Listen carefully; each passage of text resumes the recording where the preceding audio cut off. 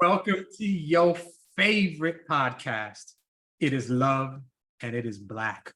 I'm Harvey. And I'm Carice. And guess what we're talking about this week? Are we talking about aliens? I'd like to talk about aliens, actually. No, you never talked to me about aliens. No, I that's really wish you would. That's next month. Oh. Guess again. If it's not aliens, I don't even know why we're talking about it, really, honestly. In a shocking turn of events, we will be discussing love in a Black form. How do you feel about that? All right, it's not aliens, but it could be good. It could be good. No, this is going to be fun. But before we get to the fun, how are you doing? How's your week been, baby? I've had a long week. I am burnt out. Like legitimate burnout. That was not. You're hot. You're smoking. Okay, so that was not where I was going with being burned out. I was not talking about being hot. You are hot though. I'm talking about being tired. Okay, that too. Being tired. That was actually something I was listening to. I was watching the TikToks on our guest today, and we were just talking about. They were just talking about. Well, I guess not just because I was just watching the videos, but yeah, that whole like tiredness and sex and the partner and whatever. We'll dive into that maybe later. Okay, cool, great. That didn't sound like it was going to be real positive for me. It's super positive. Let's get to it. Super positive. What else you want to talk about if not sex and being tired? Aliens? Well, if you're tired because of the sex, then I want to talk about that. Okay. So who are we talking to today? I'm super excited. We're going to hear a Black love story. I love Black love stories. There's nothing I love more than Black love stories. Mm-hmm. I agree. And we're lucky because not only do we have an established Black couple, they've been through it, they're together, and they're using their experience to help other couples. And I've been lucky enough to have the husband in this couple on my personal podcast, Men Are the Prize. So after talking with him, I'm like, I need to bring the wife in. Whoever is the wife to this man is going to be super special, and we need to talk to her. So who are they? Oliver and Denise. They're speakers, authors, coaches, and self-development content creators. They've been married for 21 years. Oh my gosh, their marriage can drink. It's legal. And they have 3 children and a grandchild, 1 grandchild. Oh, out of passion to see relationships thrive, they co-founded Denoli LLC, a marriage enrichment and self-development coaching company. Through seminars, books, coaching, podcasts, videos, and social media posts, they offer a candid look into their own lives with the goal being to encourage and inspire others. Motivating them to explore, grow, and ultimately win in every area of their lives. They coach people to communicate without frustration and judgment, teach couples how to increase intimacy, and empower men to successfully live out their purpose and passion.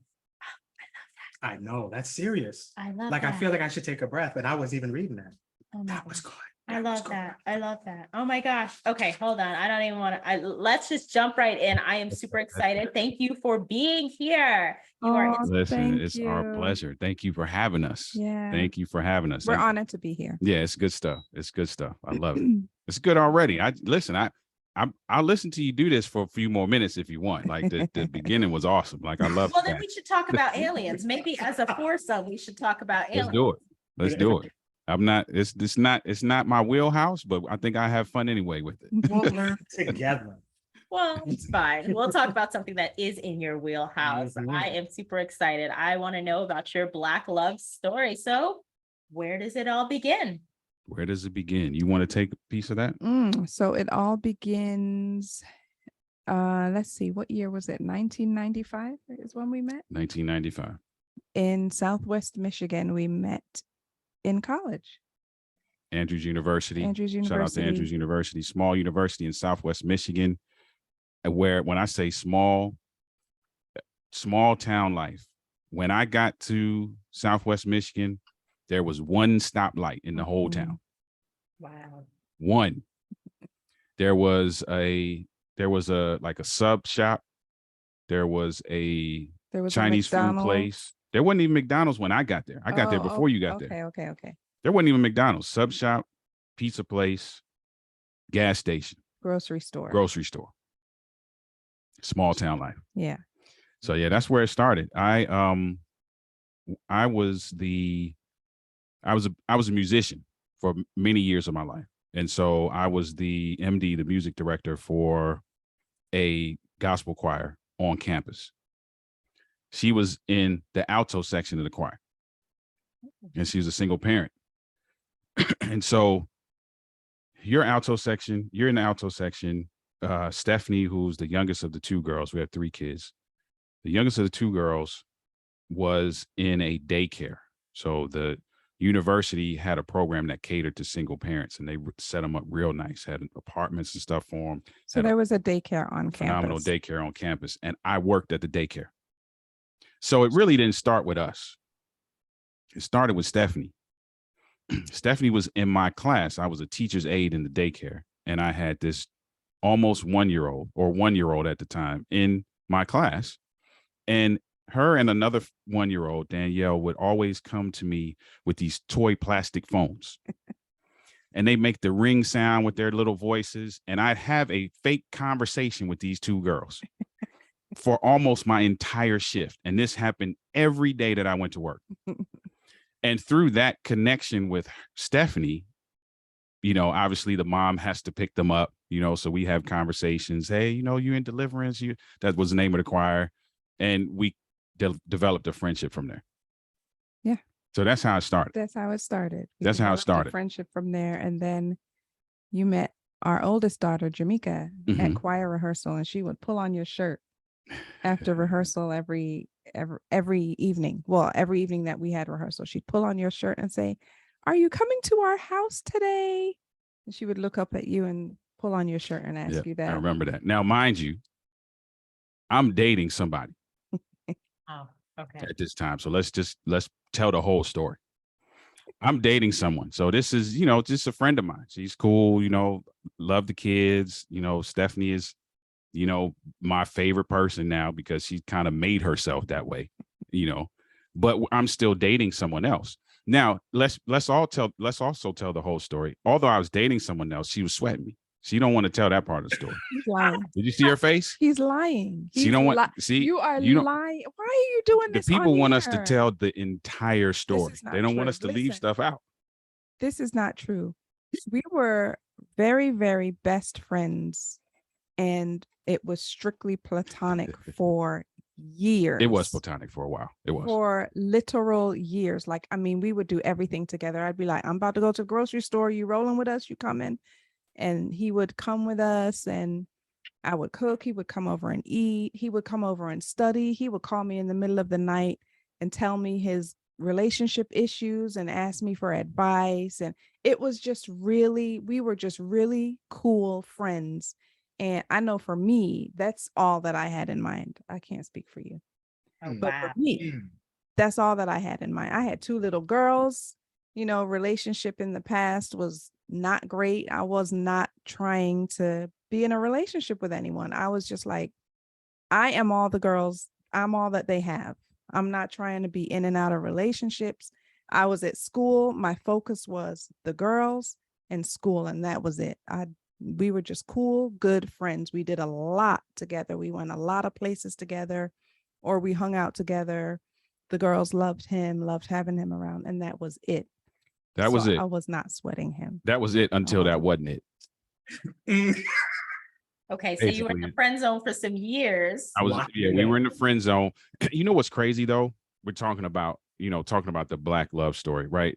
It's interesting that during that period of time when we were just friends and I'm hanging out, and her apartment is like a haven for me, because I'll be honest, I was all over the place in college. Another reason why I was not sweating him. I was living a wild life in college. I would not have really been was. the only one sweating him. Let's put it that way. I was living a wild life in college, and every once in a while, I needed an escape from that wild life. And her place was that escape. I go over there, watch movies, like she said. I go over there, eat, watch movies, chill out, get myself together, and just go back to war, whatever that is, right? So, and so I'm dating someone, but something happened there, because what I realized, and I don't know if it was me. I'll own it, but I don't know that it was me per se. But I realized that the friendship that I had with this woman, I could not replicate anywhere else. No other female that I was dealing with, no other relationship. The relationship I was in did not mirror this level of friendship. And I was like, wait a minute, like, that ain't right. Like, it ain't supposed to be like that, is it? Like, I'm supposed to have a great friend and then I'm supposed to be in this crazy relationship. That don't make sense to me. And then, so I think we just, at that point, just started spending more time together. Mm-hmm. And I started spending less time elsewhere. And I went to her one day after choir rehearsal, and she was holding a buddy of mine who's like a brother to me. She was holding his son at the time. And I went and sat on the row behind her after choir rehearsal. And I was like, you know what? I think we're going to have to drop this brother sister title. We're going to have to figure something out because, something else got to take place other than just me hanging out and eating dinner and watching movies. We got to go somewhere different. I fell for it, y'all. Good job, my brother. Thank you, sir. I did. Yeah. So that period of time was probably, we met in 1995. It wasn't probably until 98. Yeah, 98. 98 going into 99 where we're like, okay, this is more than what we think it is. Mm-hmm. And then at that time, I was preparing to leave Southwest Michigan. And I'm from Maryland. I'm from Baltimore, Maryland. I was preparing to come back to Baltimore. So we had a conversation before I left. Mm-hmm. And at the time, I can admit this now, but I would never have admitted this to anyone at that time. At that time, I'm like, man, I don't really want to lose this. But I hadn't declared what this is, right? I was one of those guys. I hadn't committed, hadn't put a title on it, hadn't claimed her, was still kind of trying to figure out how I could have several pieces of different kinds of cake and eat all that as well. No pun intended. Is it that kind of podcast? My bad. This is adult. Say take what that you out. will. You know what? You can take that out. And so, yeah, he wasn't claiming anything. And I wasn't good. Like I said, these two little girls were my focus. And I was like, I'm not trying to be half of something to someone. I'm not trying to compete with nobody. So it just is what it is. We're going to be cool friends still. Cool. I'm not chasing after nobody. I'm not asking nobody no questions like, what is this? What are we doing? It is what it is. We're just still cool friends as far as I'm concerned, keeping my focus on my girls and school no, I wasn't in school at that time, but just keeping my focus on my girls because I felt like I didn't need to deal with foolishness. The girls had already been through enough, seeing the foolishness that I had gone through before with their biological father. And I was like, they need me and they need me whole. So I'm not trying to entertain anything. That's where I was in my mind. Now, full transparency, though, we had already crossed the line. Yeah, we had. So we had already crossed the line from we're brother and sister and friends. We had crossed into something different. I just hadn't put a name on what that is. But I know I'm about to leave. This is the beginning of 2000, right? Yeah. When I was about to leave, it's like yes.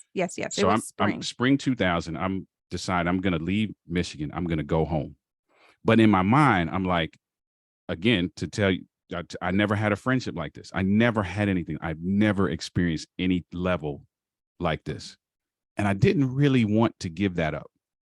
But I wanted to leave Michigan. So I take her out to dinner. We're sitting at dinner and I'm asking her all these questions.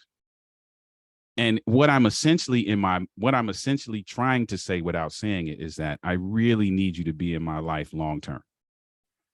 I just could not bring myself to say those words. So I beat around the bush, asked all these questions. Like what type of questions? I remember one question that you asked me was, what is there about, this is you talking, what is there about me that you don't like? Or is there anything about me that you would change or something like that? And I can't remember what I said, but I remember that being one of the questions. I got to admit, I don't remember the questions. I remember I that don't, one. but I just remember that I was very much interrogating her Yeah, you were. at this dinner. You were. Very much so. And really what I was trying to say is, man, I'm going home, but I just can't see this. I can't see this slipping through my fingers. So fast forward, I do leave. I come back to Maryland. I'm calling her every day. Sometimes day. 2-3 times a day. More than once a day, every day. And saying the same thing. Saying the same thing. Which is what?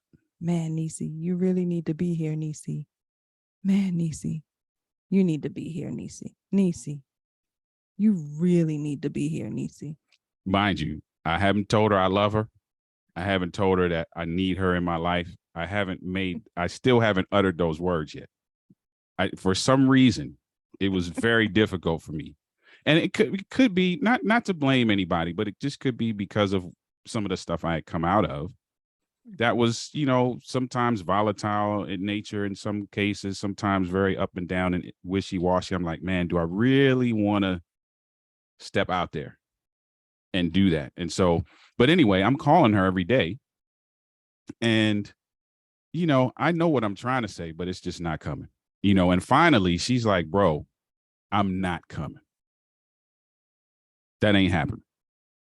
Because here's what's not going to happen. I'm not going to track my 2 girls across the country just to live close to you. Right. So we could be whatever this is.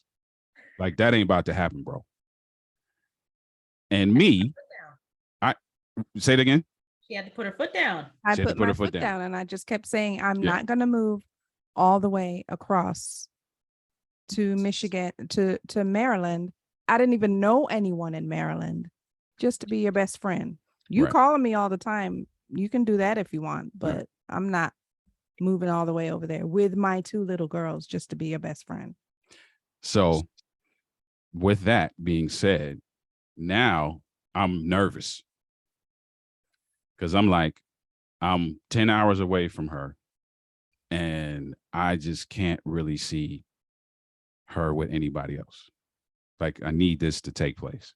So I give, and we tell this story in other places as well, I give what is probably the absolute worst proposal of all time. Let me tell you how he proposed to me. This is out of fear now. I'm afraid. Let's be clear. So I said to him again, I'm like, Ollie, I just can't in good conscience just move cross country just to be your best friend. I have 2 little girls to think about. And his proposal at that time was, this is on the phone. Man, Niecy, if you really want me to say it, okay, fine. It would end up in marriage. Did you see her face? See that? Like, this ninja. And then she hung up, right? I was like, the phone was clicked. The phone cut off. So here's the thing. She was flabbergasted. I was. But she loved me. That's the part of the story she didn't tell you.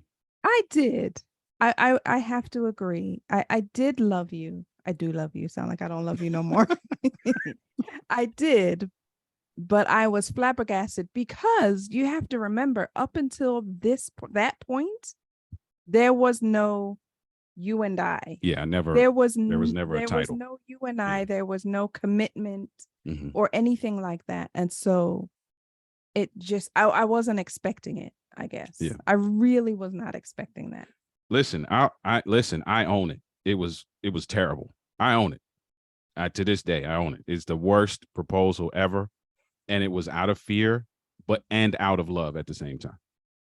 Because I really did love her. I just could, for some reason, the me that I was then, I just couldn't say the words. And to add to that too, you are just, you still are not, unless you're talking about relationships.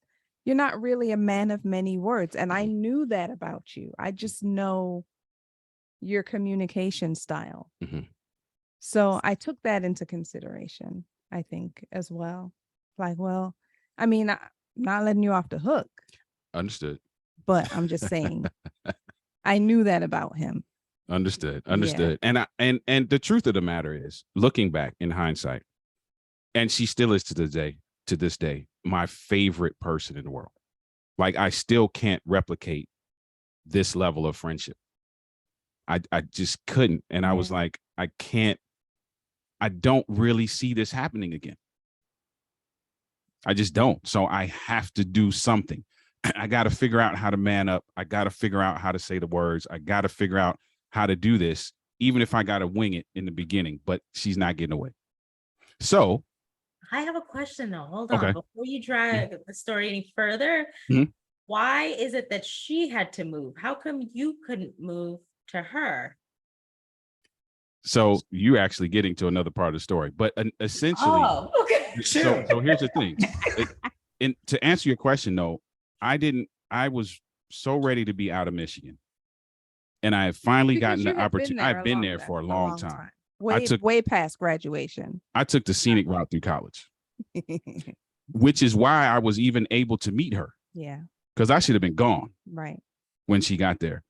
Then ended up living there, ended up working there. We become friends. Then we become more than friends. I just end up living there, right?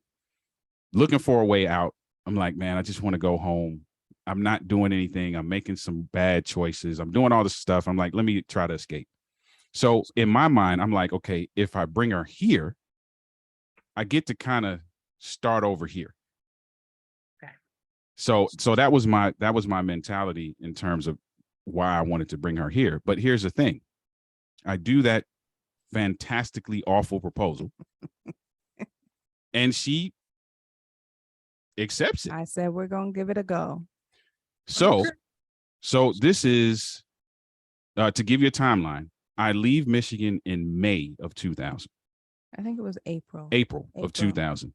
This conversation with this fantastically awful proposal happens in June of 2000. In July, I pack all my stuff into my car and go back to Michigan. Okay. She was moving too slow? Like you were No, trying I just to speak to what you said, I was like, I'm gonna go to where she is. Okay. I'm Got gonna it. just go back. I mean, it was familiar to me, so it wasn't like it was gonna be this big transition. I was there for years, so it wasn't, it was just about finding a job and doing some different things. I get there in July. We get married in September. Oh, you weren't kidding. You were like, it's gonna end marriage like the second I get there. The second. right. Right. Be dressed when I arrive. Right. Right? Car's still running. Let's go. I'll Yep. meet you at the church. Right. Right. I'm 5 minutes out. Yep. So I drive back to Michigan. So caveat to the story, a little side note. On my way to Michigan, my car catches on fire. So in my mind, I'm like, is this a bad sign? Like, Turn back. Go back. Right. is this a bad decision? Like, I know I'm not sure, but is this really, so my car catches on fire. We deal with that. I'm in, what was it, Pennsylvania when it happened? I think I was in Pennsylvania Ohio? or Ohio, maybe. I think it was Ohio. And, deal with that. I'm in Ohio for a little while. They figure out what it is, fix the problem. I arrive back in Michigan. September, we get married. And then we live there from September of 2000 until July of 2004. Yep, 2004. And we come to Maryland in July of 2004. So that's the quick and dirty version of it. It's the thing that I continue to point to is that and the thing that we help couples with is establishing that level of friendship. Like that's the thing that carried us, because here's the thing. After we got married, it got crazy. It did. As it does. As it does. And you heard that whole story, how we were friends and did everything and loved hanging out and being with each other. We get married and it's like we're two different people. Yeah. Like this is absolutely not what I signed up for. I think that because we got married, I'll speak for myself. I think that once we got married, I felt like, okay, we have to act like married people. And I tried to just be this married person that I just tried to portray what I thought how married people should be. I think we both did to some degree. To some degree, but I think I might have a little bit more. I don't know. I feel like I might have a little bit more. Maybe. And I think we did this both to some degree, but it just, that made the first 18 months or so like, man, this is what I drove back from. Like I could have done this. I could have been at home. Like I'm just like, man, what is happening? Like this is not, so the level of friendship that we described prior to marriage, we did not experience in those first 18 months. No, we did not. And could not figure out what happened and why did it happen this way? Right. And what is the remedy to this? Like we weren't having fun. We weren't laughing and joking. That haven that was created, it just like it all dissipated. Right. Yeah. So we're trying to figure out, okay, what is going on? What's going on? And truth be told, I'm still kind of crazy. So I'm still hanging out with all the single dudes that I hung out with. I'm still going to all the places that I went to. I'm still coming in at 2, 3, 4 a.m. Like I was pre 2000. Right. And so that didn't help either. Yeah. So that didn't help either. So she's kind of overdoing it, acting like she's quote unquote married. I'm not doing it at all. He was underdoing it. Yeah. I'm not doing it at all. I'm still trying to have a great time, and wondering why she's not trying to have a great time with me. And so the turning point for me, I don't know what the turning point for you was. The turning point for me, and I think we talked about this on your podcast. Yes, the turning point for me was one night, about 18 months in, I come in at like 3:30, 4 a.m. And at the time I'm reading this devotional in the height of all my craziness. I still somehow was connected to reading this devotional, and it would have you journal. I still have it to this day. It would have you journal this question. It'd ask a question after devotion. You can journal. And I would sit in there, like, no matter what condition I was in when I came in, I'd still write in that journal. So I come in one morning at 4 a.m. and I'm writing in the journal. I don't even know what the entry was. I can't even remember. But the thought pops into my head because the girls are small. If the girls grow up and the you that you are right now coming in here every day, if they bring that version of somebody home, what would you do? Thought pops in my head. I know what I would do because I'm a recovering hothead. So I know what I would do.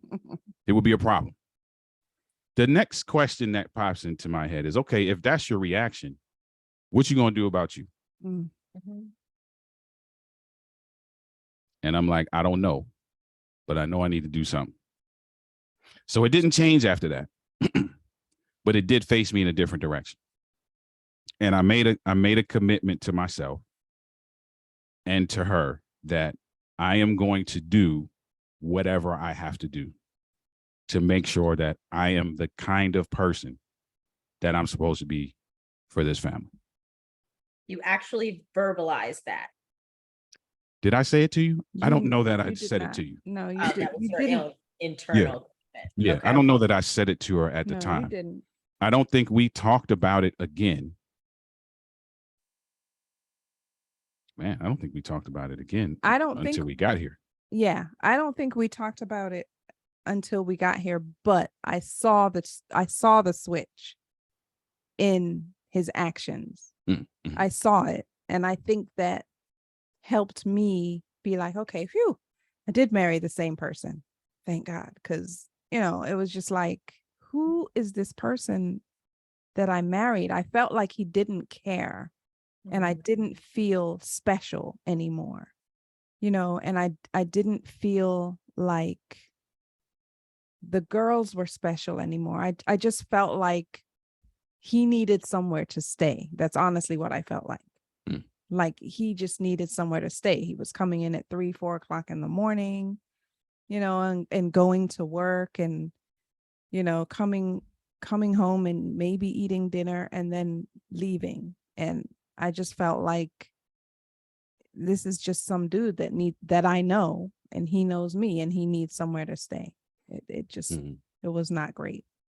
And Yeah, I was hurt by that, and I was resentful, and I was disappointed, and, you know, I was hurt for the girls because I'm like, this is not what I want them to see. This is not what I expected at all. yeah, and it creates, so often the work we do with couples too is to reverse that cyclical process, right? Because now her resentment, I'm reacting to that. Right. And I'm like, well, if you're going to be that way, then I'm going to do I'm going to just do me. And I'm out And of that here. just causes, now she's, you know, that deepens her resentment, which now, so we just got into that thing where we're just reacting to each other. We're not developing this friendship. We're not cultivating this friendship that we had all this time. And then I was like, I'm not going to be like some of the other guys that I know that are married. I was like, there's no point in me making this level of commitment and trying to juggle another life. There's no point. I'm either do one or the other. And since I've already said I'm doing this, then we're going to do this to the best of my ability. And that began that's how the book came about, because that began the journey of self-discovery in a lot of areas for me. And that helped to rekindle that friendship that had been dormant for those, you know, almost 2 years, because that's not who we were before I left Michigan and came to Maryland. Right. So obviously it's there. It wasn't fake. It was for years that we did that. Right. So it's not fake. It's not phony. How do we revive it? And there's some level of replacement therapy that needed to take place. I had to start hanging out with different people. So remember, I said, I'm hanging with the same single dudes that I was hanging with before marriage. Couldn't do that no more. I had to find some other people to hang around. And in some cases, I became a loner because of it. Because sometimes there were not people to hang around that were actually striving to do what I was trying to do in Michigan, which when I was single, ironically, is one of the reasons I was trying to escape, because I'm like, there's got to be more to life than the foolishness I'm doing right now. So I had to do some replacement stuff, had to start going different places, hanging out with different people, really kind of locking into what can we develop, as opposed to me being selfish. I got married as a very selfish person, and then realized that, okay, it's not about me. And that was really the turning point. So a lot of guys will hear me say, and I say it in the book, it is not about you. The moment you recognize the importance of identifying your mate's needs and committing to meeting those needs at all costs, and your mate does the same for you, the game changes. And that was the game changer for us when we did that. Yeah. Took us right back. I really love that. Wow. Yeah. I tell Harvey all the time, it's not about him. I think it's a different context when I'm saying it. Right. Sounds a little different, but yeah. She has shirts made. She would just show it to me. And Right. It's not about you, and then leave. And I'm like, what I do? You know, it's really true. Right. That is funny. Yep. So yeah, so that's the love story. That's how it started. It has been a journey. And it's been a good journey. Like I don't regret. Now, the proposal was whack, but I don't regret. Year 25, I'm waiting. Year 25. I don't regret. Right. So yeah, that's right. Shouldn't there have been a reproposal at some point in time? Yeah. So that's the plan, that for 25, because we're coming up on 22 in September. 25, it's gonna be redone. Okay. So because also as fast because of the whirlwind that was between May and September, it was the wedding was also small. I didn't mind that though, and I'm still okay with that. Okay. The wedding, we had no money. When I say we had no Yeah. money, we had no Yeah, money. we were We winging bought it. our own sheet cake from the We were winging from the it, man. grocery store. I bought a really nice dress actually, and it was on the clearance rack in like Macy's, I think it Mhm. was. It was like $75-$80. My best friend, I bought a bouquet of roses, like 12 roses.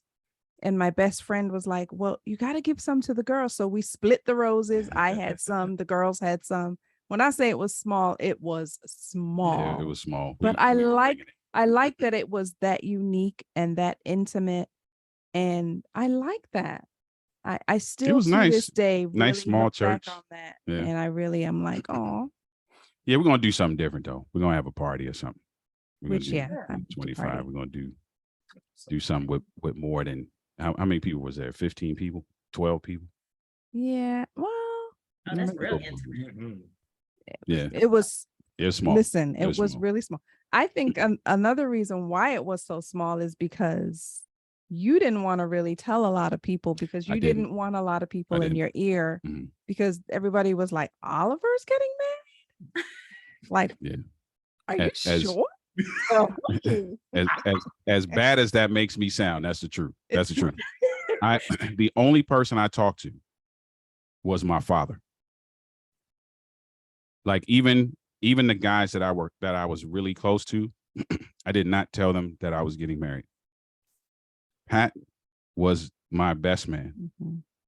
I don't even think I told him till like the week of. Yeah.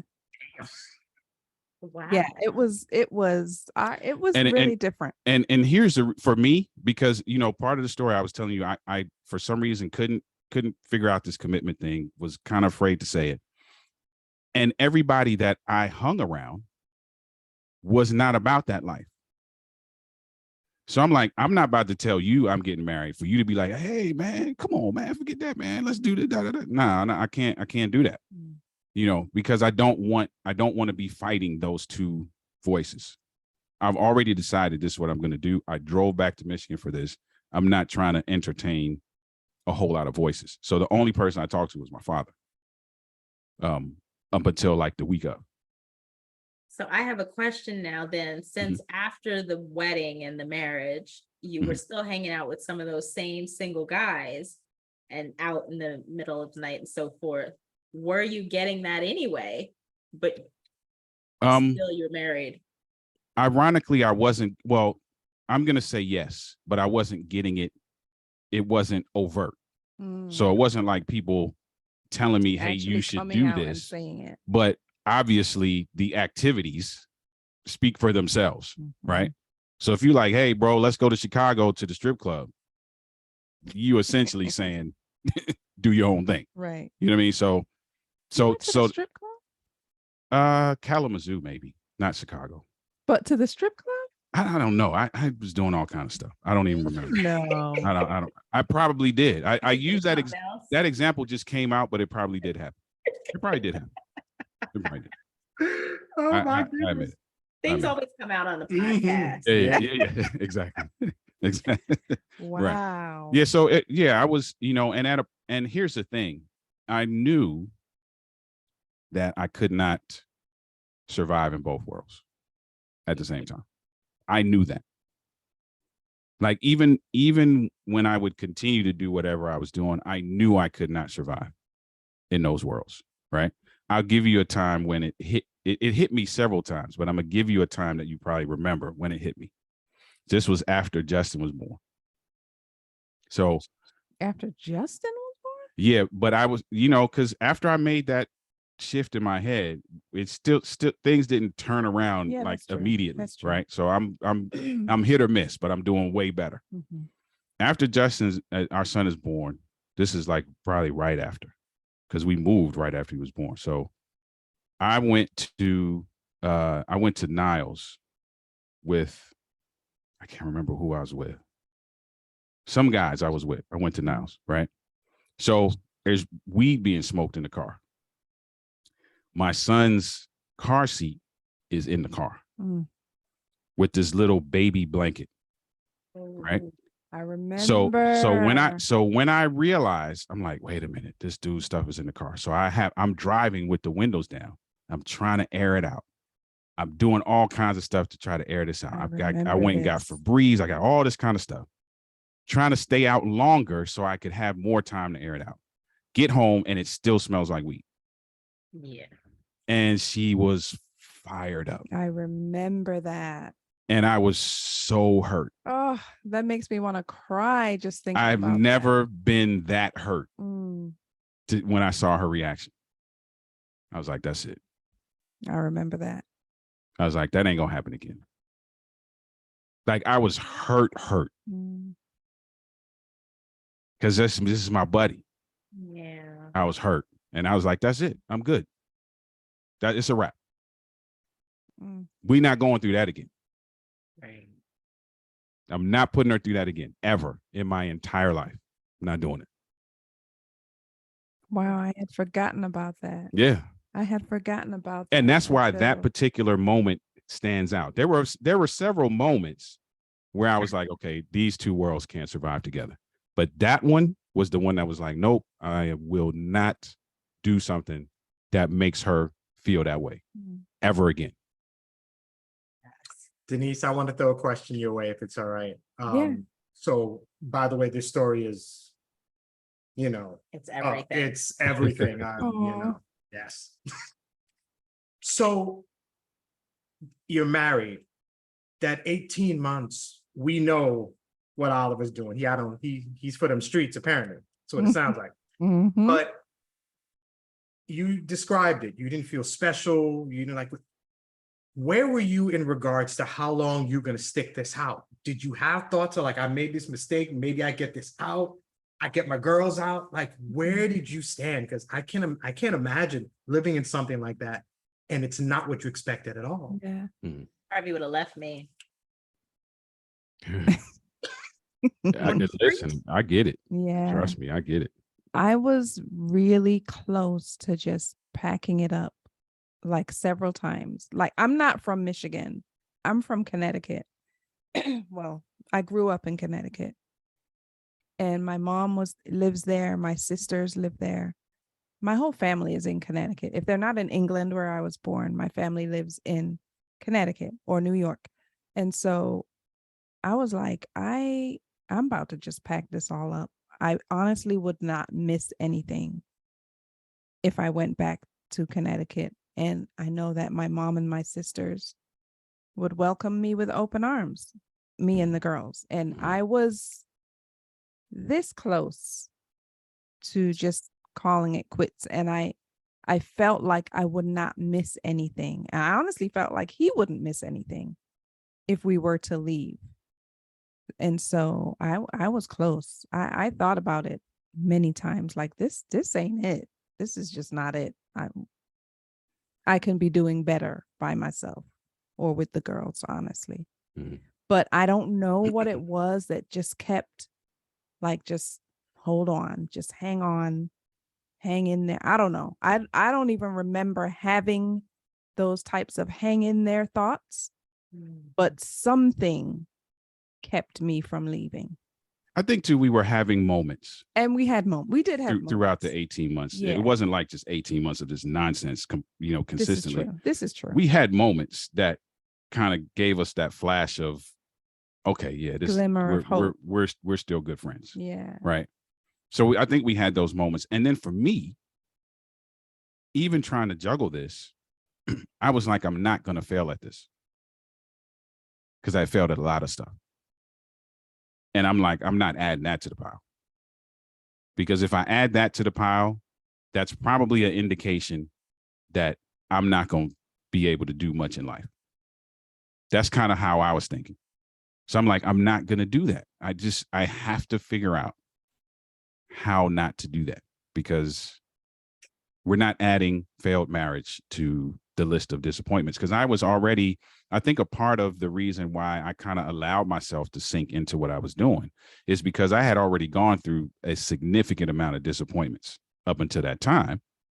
And I kind of used that. We talked about this too on the podcast. I kind of used all those disappointments as a badge of honor to continue to act up. Because I'm like, oh, well, if it's going to be like this, then let's just do it. Why fight it? And then like, wait a minute, no, because I don't want to add failed marriage to that level of this, to that pile of disappointments. And so I'm like, I got to figure out how to get back to where we were so that we can build from there. And so that's what happened, man. I put my head down. I'm like, I'm gonna work. I'm gonna come home. I'm gonna be with these girls. Then my son was born. I'm gonna work. I'm gonna come home. We're gonna hang out. We're gonna do this. I'm gonna figure this thing out. I'm gonna figure it out.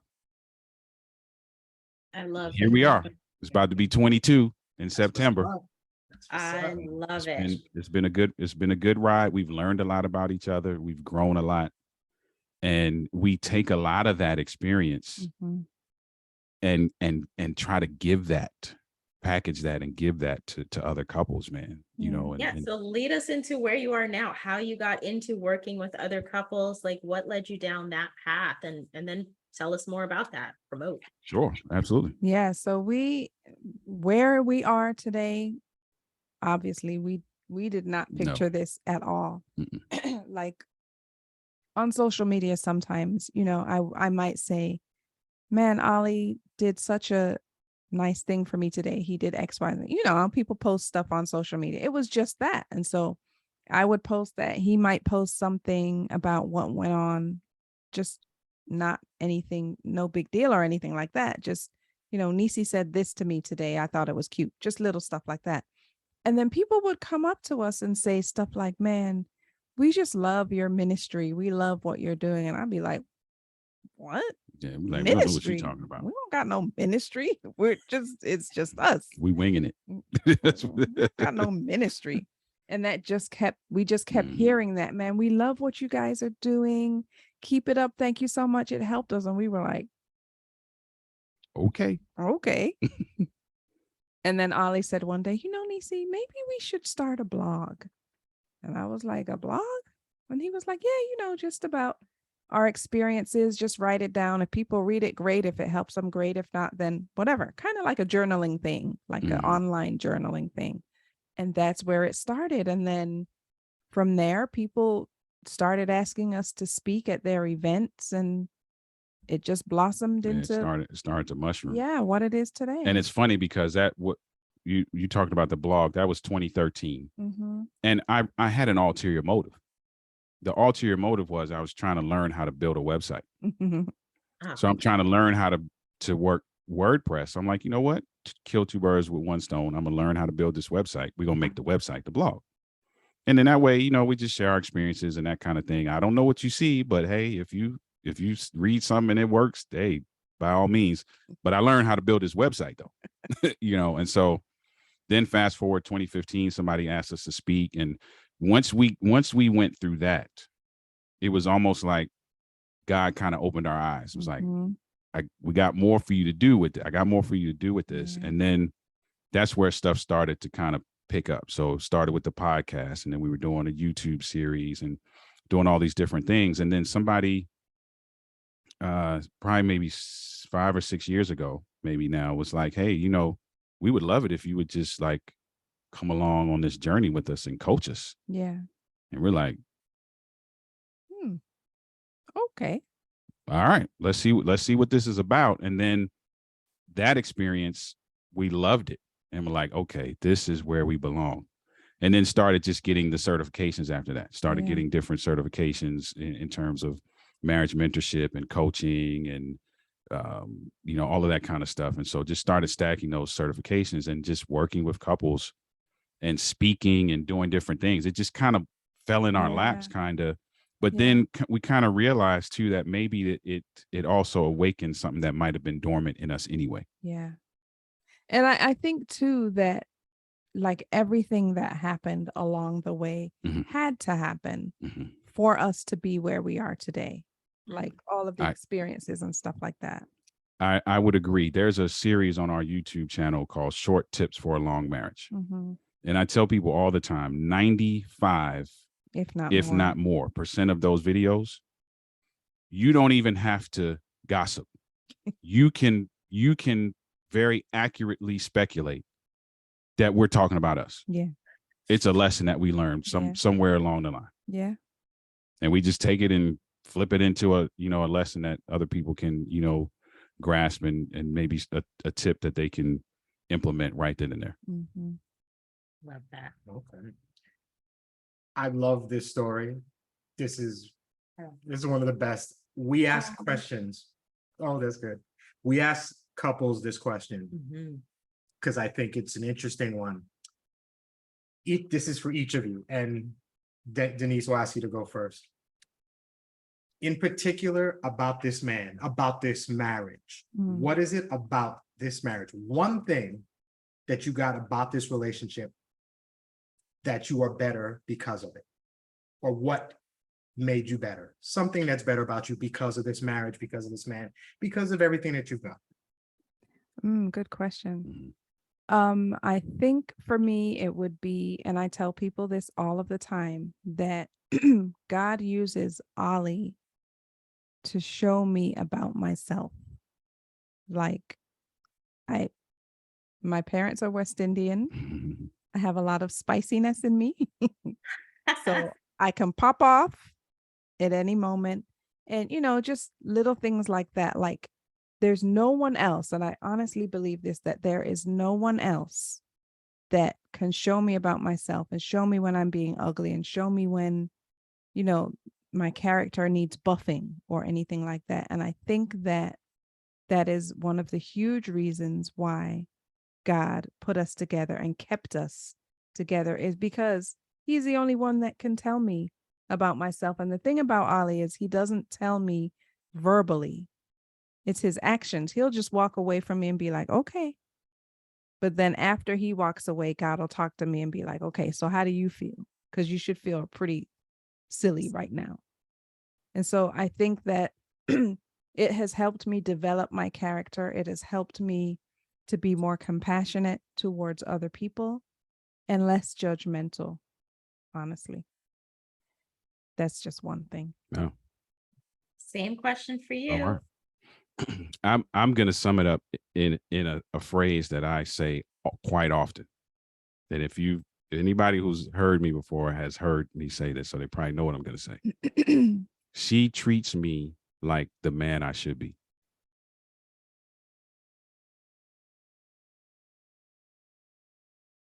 I just, A whole word right there. It That's is. it. it fuels me to live up to it. Like I'm feverishly to this day trying to live up to the fact that she places a crown on my head and I don't always feel kingly, but she does it anyway. So I'm like, okay, what does a king do? Let's figure this thing out. Same like going back to the story. Like I'm gonna figure this thing out. And the fuel that I get to continue to try to figure this thing out is the fact that she treats me like the man that I should be. That's a phenomenal quality that I think is incredibly difficult to do. I don't understand how it happens and how she does it, but she does it. Wow. I like that. I hear that, and I don't think this fits, but to me, it feels like when we tell people to dress for the job you want, not for the job you have. Yeah. Mhm. I feel like she's treating you like this is what you're supposed to be, and I'm going to act accordingly. And you have no choice but to follow the yellow brick road. And that's what I tell guys. I'm like I tell ladies this too, because it's a tricky space to be in, because you can do that for the wrong guy. Yeah. True. And get taken advantage of. Right. So it's a trick. And that's the thing I think that even it really kind of endears me to her, because I'm like, man, it sometimes makes me even feel good about myself, because I'm like, okay, I don't have it all, but at least I know I'm not the wrong guy. because it's fueling me to do something different and to try to be something different. And so, yeah, it's a phenomenal quality. I love we've talked to a lot of couples and a lot of ups and downs, some interesting proposals, nothing like yours. That's a I know. whole Sure. separate- I'm whole sure. one. But you know what? It worked out. But I feel like we got a couple in front of us who have been through it, who are together and can help others. So how can people find you guys? Where should they go? Probably the best place would be the website, which is Denali, which is simply the first three letters of my wife's name, Denise, first three letters of my name, Oliver, denali.org. We would love for you to come over to YouTube. So all of our social media is at Denali LLC. So if you look up Denali LLC anywhere, you'll probably find us on all social media. But yeah, the website is a nice hub to begin with. I can give you guys a link to that is kind of the link to all the links. So that's kind of the easy one-stop shop. Yeah. For your audience who may want to connect with us. But yeah, we have determined that it is our calling. I really believe that now. It's our calling to share our journey. Yeah. Just in hopes that it will encourage and inspire others on their journey, right? Everybody's journey is not the same, but when we can kind of infuse our journey with some of the actual principles that we, help couples with, whether it be communication or effective conversation, intimacy building, conflict management, whatever it is, when we can infuse some of our journey into that. Yeah. And it's funny because some couples, especially younger couples who've been married, when I say younger, who've been married 10 years or less, I often see sometimes that look like, really? Y'all went through that? Yeah. Okay. So, and they kind of have that, okay, well, I think we might be good then. Right. Like we might make it. we might be all right. And I love low for them. Like that's the minimum. We're here. We're good. Yeah. Right. right. You know what I'm saying? And it's funny because I tell guys this often. I use this analogy. I'm like, so our major highway here is 95, right? So I'm like, bro, I'm just 50-mile markers ahead of you. Mm-hmm. Just keep driving. Yeah. The beauty of having me in your corner is that I can tell you that when I passed mile marker 110, there was an accident. So here's what you're probably going to need to do. Right. Because I wasted a whole lot of time that I didn't need to waste. Yeah. Yes. I could have just done such and such and such. So when you get there, do such and such and such. Yeah. That's really what it's all about. Yeah. At the end of the day. I love that. I'm so inspired. I want to thank you guys for joining us today. It's You our guys pleasure. have such a wonderful love story. You're so blessed to have found each other. And I wish you many, many, many more years of happy, healthy marriage and relationship. Thank you. Thank you. Thank you. Appreciate that. It's It's an our honor pleasure. to Thank be you for here. having us. Thanks Yeah. for having us. Yeah. Oh no, this was as easy as it gets. We hear love. Another love it. great Black couple showing we did this because we're not always represented positively. Yeah. So to see a couple that went through it, stayed in it, and is thriving and is helping other couples, we needed to talk to you guys. Yes. Wow. And Awesome. so this was a pleasure. Hopefully we can do it again sometime. For We sure. would love to. For Absolutely. sure. And we will put all the information in the episode notes. Yes. Yes. But this was a pleasure of ours. Yes. Oh, thank you. Thank you. Well, Mr. Laguerre, I think the takeaway for me, and hopefully for you that you will agree, I would say that love is doing. It's Yeah. committing, it's doing, like doing what you've got to do. Mhm. Yeah, I Love is agree. doing. Mhm. Love is many things. But this good love is Black.